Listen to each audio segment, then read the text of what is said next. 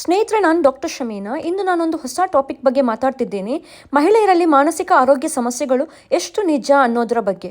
ಮಹಿಳೆಯರಲ್ಲಿ ಮಾನಸಿಕ ಅನಾರೋಗ್ಯ ನಿಜವಾದ ಸಮಸ್ಯೆಯಾಗಿದೆ.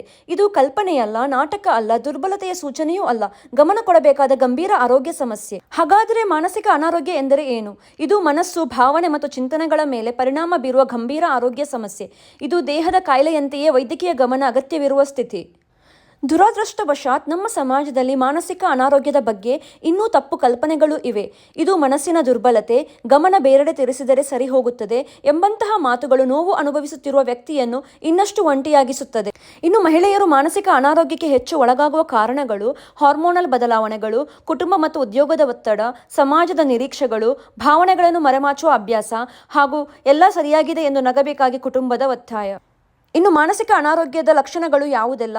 ಅತಿಯಾದ ಒತ್ತಡ, ನಿರಂತರ ದುಃಖ, ಕಾರಣವಿಲ್ಲದ ಭಯ, ನಿದ್ರೆ ಕಳೆದುಕೊಳ್ಳುವುದು, ತನ್ನ ಮೇಲೆ ನಂಬಿಕೆ ಕಳೆದುಕೊಳ್ಳುವುದು, ಸಣ್ಣ ವಿಷಯಕ್ಕೂ ಕೋಪಗೊಳ್ಳುವುದು, ಜನರಿಂದ ದೂರವಿರುವುದು, ಆಸಕ್ತಿ ಕಳೆದುಕೊಳ್ಳುವುದು, ಒಂಟಿತನ, ನಿರಾಸೆ, ಆತ್ಮಹತ್ಯೆಯ ಆಲೋಚನೆಗಳು ಇವೆಲ್ಲವೂ ಮಾನಸಿಕ ಅನಾರೋಗ್ಯದ ಲಕ್ಷಣಗಳಾಗಿವೆ.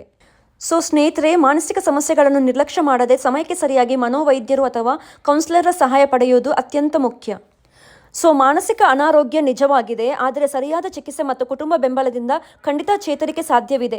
ಮನಸ್ಸಿನ ಆರೋಗ್ಯಕ್ಕೂ ದೇಹದ ಆರೋಗ್ಯದಷ್ಟು ಮಹತ್ವ ನೀಡುವುದು ನಮ್ಮೆಲ್ಲರ ಜವಾಬ್ದಾರಿಯಾಗಿದೆ. ಈ